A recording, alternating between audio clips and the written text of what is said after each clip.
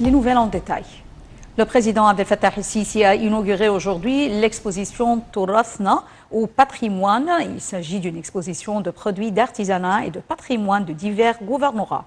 L'exposition est organisée par l'organisme des petites et moyennes entreprises. Le porte-parole de la présidence, l'ambassadeur Bassam Radzi, a souligné que le président el-Sisi, lors de son inspection, s'est entretenu avec certains fondateurs de projets à travers toute la République, les encourageant à élargir et augmenter leurs produits afin de fournir les opportunités de travail et transmettre leur expérience technique et industrielle aux jeunes artisans. Selon M. Radzi, le président a donné ses directives d'augmenter le soutien financier pour l'exposition et étudier comment les faire périodiquement tout au long de l'année, même de construire ces expositions à l'extérieur pour ouvrir la voie à des marchés exportateurs vers les divers pays du monde. Le cabinet ministériel a commencé sa rencontre hebdomadaire sous la présidence du Premier ministre Moustapha Madbouli. Les responsables gouvernementaux ont étudié les moyens d'assurer aux citoyens les denrées de base à bas prix, outre les efforts déployés en vue d'améliorer les services. Le Conseil des ministres a discuté également de la mise en exécution des instructions données par le président Abdel Fattah el-Sisi concernant la nécessité d'intensifier et de resserrer le contrôle sur les marchés et les prix.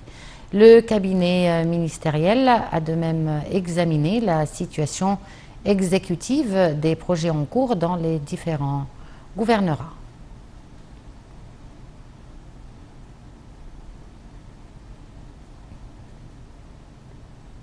Le président du Conseil des députés, Dr Ali Abdelal, a annoncé que le Conseil appellera le Premier ministre, Dr Moustapha Madbouli, et un nombre de ministres à prononcer un communiqué pour éclaircir certains sujets importants devant le Parlement la semaine prochaine.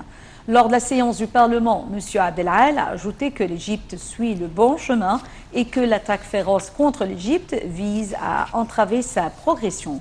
Il a également confirmé la pleine solidarité du Conseil des députés avec la direction politique, les forces armées et la police.